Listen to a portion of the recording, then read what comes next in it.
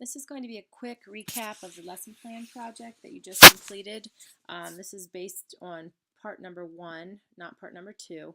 And there's just 5 areas that I saw consistently troubling people I want to go over to make sure the next time you write a lesson plan, you feel a little bit more successful in these areas. So the first one is finding the curriculum alignment for your standard. The curriculum alignment includes the big idea and the essential question, which is sometimes known as the EQ. So many of you had a curriculum alignment that was very specific to your objective, and it sounded a lot like your objective. Unfortunately, although this makes a lot of sense, it's incorrect. The curriculum alignment has to come directly from the Pennsylvania State Standards website. It's not something that you get to change the language to. And many times they're abstract and they seem more of a technicality, but it is something that you need to be able to do. So I'm going to show you how to do that. First thing you're going to do is go to the state standard website, and that's what you can Google PASAS, or the website is pdesas.org. And when you get there, across the top, you'll see curriculum framework. And this is where we do find the curriculum alignment. So you're going to select that and then select curriculum framework. And always we choose our grade and subject level. So for this, I'm just going to select kindergarten, and the subject is going to be ELA for our course because we have our literacy course. So what you'll do then is, as you scroll down, you'll see all of the big ideas. The 2 things that are required on the HACC lesson plan is the big idea and then the essential question. Now, because my screen is kind of small right here, let's see if I can stretch it a little bit. You can see that everything's a little bit scrunched. That'll help a little bit. Usually when you get to this component, you already have chosen your standard. You can flip it and you can start with the curriculum alignment and move to your standard second. There's really no right or wrong way, but I wanted to point out there is a link from the curriculum framework to the standards. So what I'm going to do here is just scroll down. If you look at this, every time they give you a big idea, it has the last bar is related to the standard.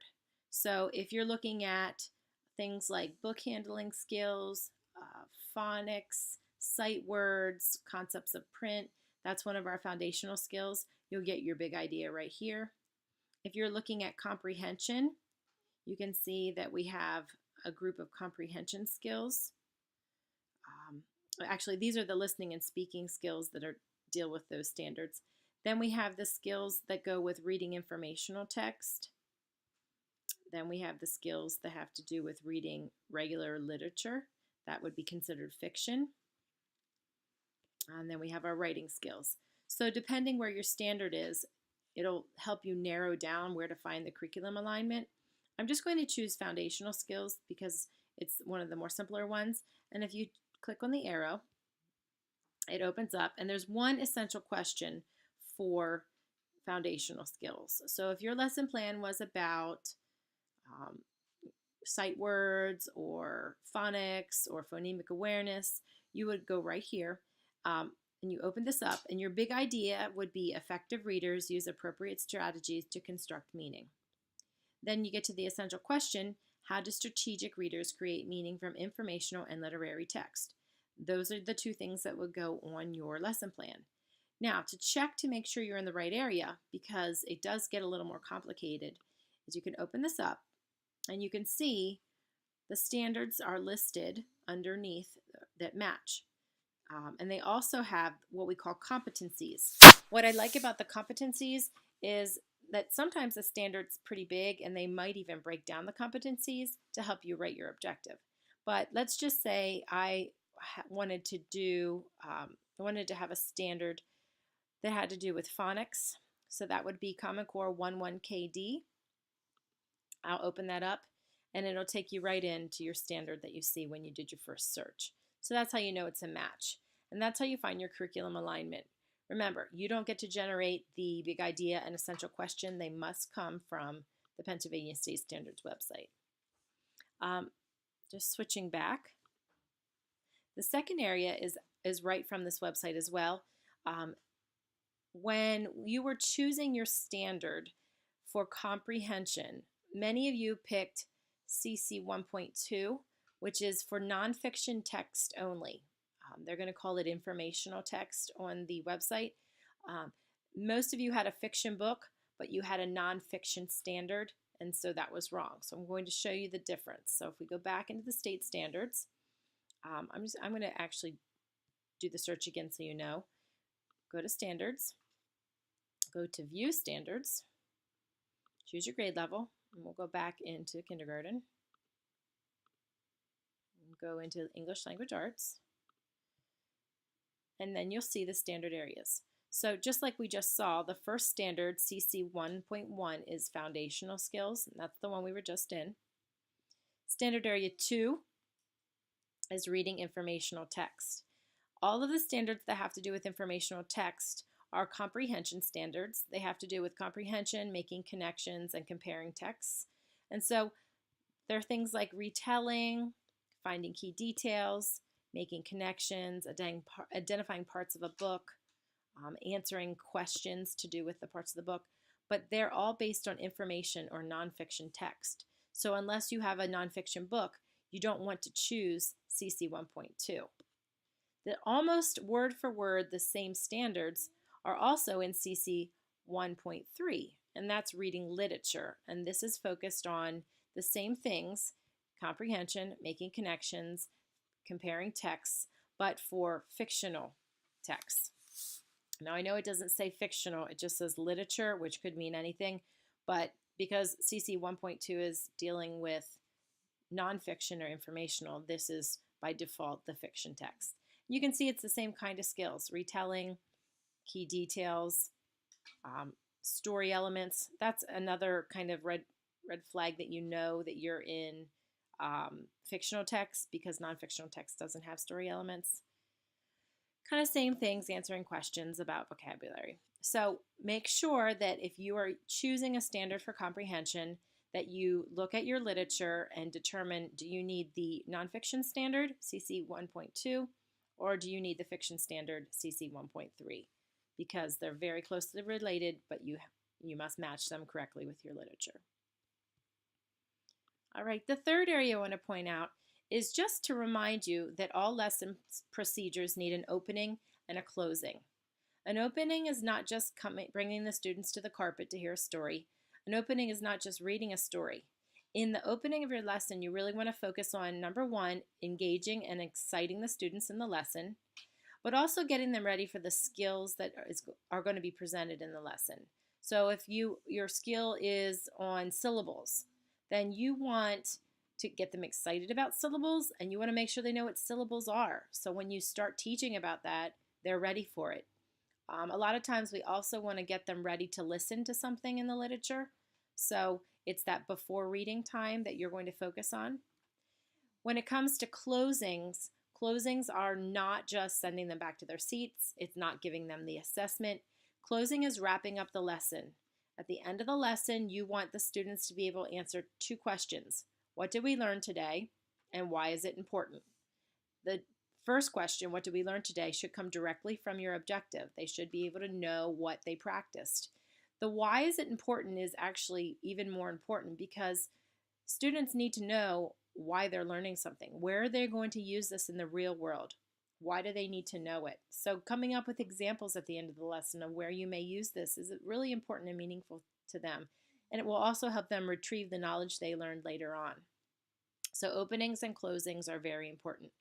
Just a reminder that sometimes songs and videos make really great openings and closings because they're engaging and they're quick. So keep that in mind if you're stuck. Number 4 is writing learning objectives. Many of you did a much better job at this than you did when we did our cultural language lesson plan. But some of you are still writing an objective that sounds like the procedure or sounds like the activity description. The learning objective should be one sentence, it should be very simple, and it should have a measurable verb. Some of you said things like complete the worksheet.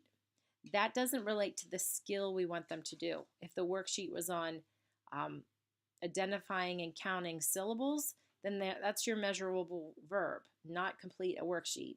or they will show their understanding. Well, how will they show their understanding? What do you want them to do? Do you want them to blend sounds? Do you want them to retell a story? Be specific, and that measurable verb will probably come from your standard. That's where we get that standard, and we know we've picked the right standard. Now bring that standard into your objective and make it very specific. If you find that you have 2 or 3 sentences, your objective is way too long. You want one sentence, you want it to relate to your standard, but also relate to your assessment. Many times I saw people that wrote 2 or 3 parts to their objective because their lesson had that many different skills that were being introduced. It's fine. Every lesson that you write is going to have more than one skill in it, but the skill that you want to focus on for your objective is the skill that you chose for your standard. So all the other parts you're not going to focus on in your assessment, you're not going to focus on your objective, just one. If you have any other questions about writing learning objectives, let me know. Someone asked the other day, what does TSW stand for? TSW is how I start all my learning objectives. It stands for the student's will. Basically how I break down my learning objective, and I know you saw this because I always gave you a correct objective if you did not do it correctly, but I start with the student's will. I have the measurable verb that's taken from the standard, and then I have the situation they're going to do it in. A lot of you got very specific with your literature that they were doing something in, and that's fine, but it's not necessary. You can write that objective just very simple. What skill are they doing? And then when you do your assessment, have they done that? Have they met that objective? And the last one is very quick. On your hack lesson plan, you are asked to identify at least 3 words, vocabulary words that you're going to address in the procedure. A lot of you were putting things that were sight vocabulary words, and I want to emphasize the difference between vocabulary and sight vocabulary. Vocabulary words are words that students do not know the meaning of or may be unfamiliar with the meaning of, words that they have not heard yet. If you go back to our lesson on vocabulary about a week and a half ago, we want to choose Tier 2 words. Remember, Tier 1 words are words they know in conversation. Tier 2 words are a little bit bigger, but they're words they're going to be able to use a lot in their daily vocabulary, and also talking about concepts. Tier 3 words are words that are very specific that they probably won't use unless they're in the middle of a lesson with you. So we want to focus on Tier 2 words that are going to be valuable in their speaking and listening understanding. And those are the kind of words we'll select. Sight words, on the other hand, are high frequency words. These are words when you open a book, they're the most frequent word on the page. Words like the, said, in, from, for. Those are sight words. Those are words we want them to know by heart, so when they're reading, they can jump through those words quickly. Those are not words that they do not know the meaning of. Those are Tier 1 words. They're words they already know what they mean. They just want to know how to spell them and to read them. So when you choose words for your lesson plan, you want to choose vocabulary words where the meaning is unknown, not sight vocabulary words. Sight vocabulary words are just to get that frequency up. Those are the 5 main areas I saw in the lesson plan as areas that you could improve upon. Everyone received specific feedback on their lesson plans. I spent about 30 minutes on each of your lesson plans giving you feedback, so please make sure, if you haven't done so, to please go in and see the feedback I gave you and really go back into that lesson plan and see what changes you would make based on that feedback. This is how you become better at lesson planning. And if you have any questions specific to your grade or to the lesson plan feedback I gave, please let me know by sending me a message. Overall, your lesson plans were good, and I like that you shared a variety of instructional strategies since they were assigned to you, and hopefully by viewing others' lesson plans, you feel a little more concrete about those instructional strategies you can use.